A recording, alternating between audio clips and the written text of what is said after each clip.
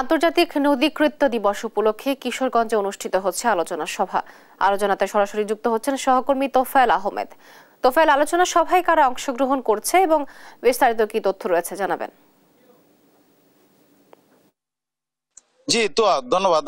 আসলে আজকে জানেন যে সারা দেশে কিন্তু আন্তর্জাতিক যে নদী দিবস সেটি কিন্তু পালিত হচ্ছে। তার ধারাবাহিকতা কিশোরগঞ্জেও কিন্তু যে আন্তর্জাতিক নদী দিবসের যে আনুষ্ঠানিকতা সেটি কিন্তু চলছে। এবার কিন্তু আসলে আপনারা জানেন কিশোরগঞ্জের যেই নদীগুলো রয়েছে, কিশোরগঞ্জ হাওর নদীর জেলা কিন্তু কিশোরগঞ্জ। আমরা আসলে যেমনটি দেখেছি কিশোরগঞ্জের প্রায় নদীগুলোই কিন্তু এখন কিন্তু দখল দূষণে কিন্তু মৃত প্রায়। আমার ঠিক পেছনে কিন্তু দেখতে পাচ্ছেন যে নরসুন্দা নদীটি রয়েছে সেটি কিন্তু এখন অনেকটা মৃত প্রায়, এবং তারই নাব্যতা ফিরিয়ে আনার দাবিতে কিন্তু আজকে রিভার বাংলার যে সংগঠনটি রয়েছে তারই আয়োজনে কিন্তু আজকের যে আলোচনা সভা এবং যে নদী রক্ষার দাবিতে যে সমাবেশ অনুষ্ঠিত হচ্ছে।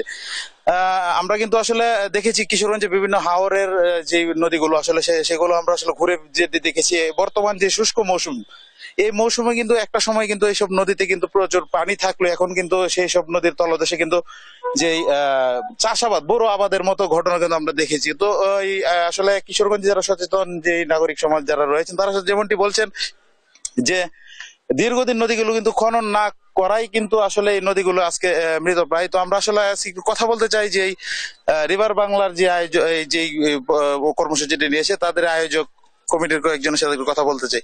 আচ্ছা, এই যে কিশোরগঞ্জে যে নদীগুলো এভাবে ধ্বংস হয়ে যাচ্ছে, আমরা প্রতি বছর নদী দিবসে কিন্তু এই সভা সমাবেশের মাধ্যমে কিন্তু আমরা আটকে আছি। তো এই বিষয়গুলো আসলে আপনি কিভাবে দেখছেন? অসংখ্য ধন্যবাদ। আন্তর্জাতিক নদীকৃত্য দিবস 2025 এর প্রতিপাদ্য করা হয়েছে আমাদের নদীগুলো আমাদের ভবিষ্যৎ। এই যথার্থই যে প্রতিপাদ্য, এই প্রতিবাদের আলোকে আমরা স্থানীয়ভাবে কিশোরগঞ্জে আমাদের যে প্রাণের যে নদী, কিশোরগঞ্জের বুক চিরে বয়ে গেছে যে নদী নরসুন্দা, সেই নরসুন্দার পারে আমরা দাঁড়িয়েছি।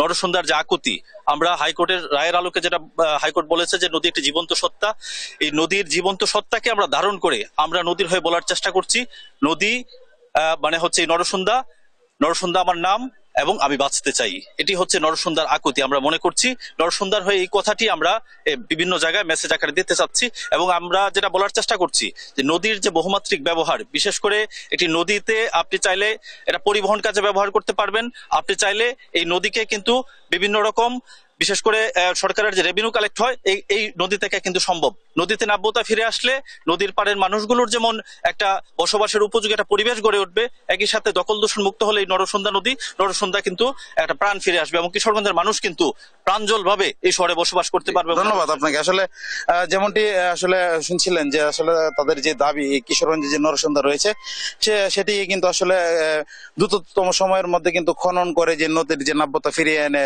যে এই নরসুন্দাকে সে আগের রূপে ফিরিয়ে নেওয়ার দাবি কিন্তু তারা করছেন। তো এই ছিল মূলত কিশোরগঞ্জ থেকে আমার কাছে এই আন্তর্জাতিক নদী দিবসের সর্বশেষ তথ্য। আপনাকে ধন্যবাদ। আন্তর্জাতিক নদীকৃত্য দিবস উপলক্ষে কিশোরগঞ্জে অনুষ্ঠিত হচ্ছে আলোচনা সভা।